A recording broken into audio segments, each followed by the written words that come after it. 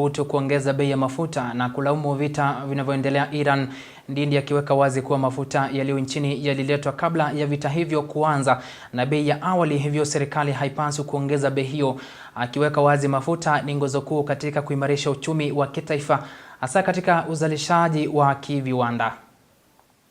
Vita kati ya Marekani, Israel, Iran na mataifa ya Mashariki mwa Kati bado vikiendelea. Mbunge wa Kiharu Ndindi Nyoro ameitaka mamlaka ya kudhibiti bei za mafuta nchini EPRA kutoongeza bei ya mafuta na kulaumu vita hivyo, kwani mafuta yaliyo nchini yaliletwa awali kabla ya vita hivyo kuanza rasmi, hivyo hawafai kupandisha bei ya awali ya mafuta. Reserves was imported into Kenya before there was instability in Iran and the Middle East.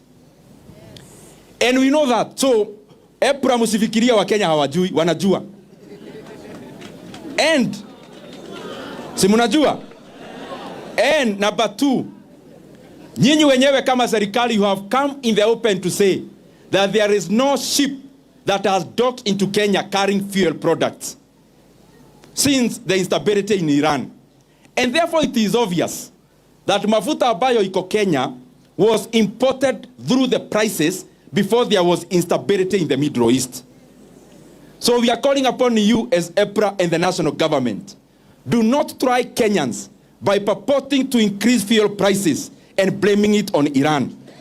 Ndindi akisema kuwa mafuta ni nguzo muhimu katika kuimarisha uchumi wa Kenya na pia utumizi katika viwanda tofauti kutengeneza bidhaa humu nchini, akiongeza kuwa Wakenya wanaofahamu wa yale yote yanayoendelea na serikali isidhubutu kamwe kuhitilafiana na mafuta. You cannot have your cake.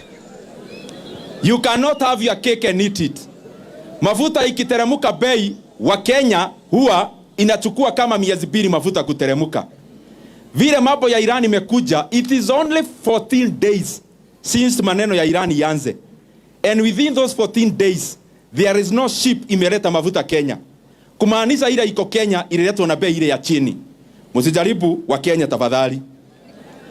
Kwa sababu wa Kenya wanajua.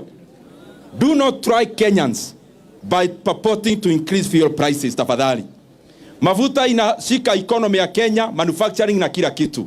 It will be wrong for the government to increase mafuta ililetwa awali wa increase bei wakisema Iran.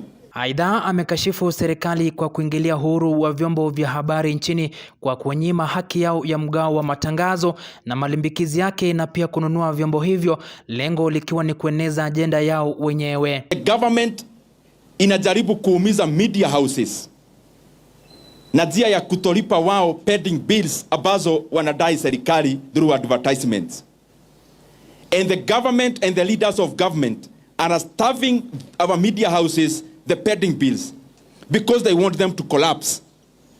They are also starving them of businesses from government, channeling only to where they have interest, so that media houses can collapse. So that after imminent collapse, they then offer buyout bids to buy our media houses. That as we talk today here in Kenya, our 3 main newspapers, 2 of those now main newspapers are now tabloids of this administration because they have been bought through stakes and shares. Amezungumza haya katika shule ya upili ya Waithaga, kaunti ya Murang'a.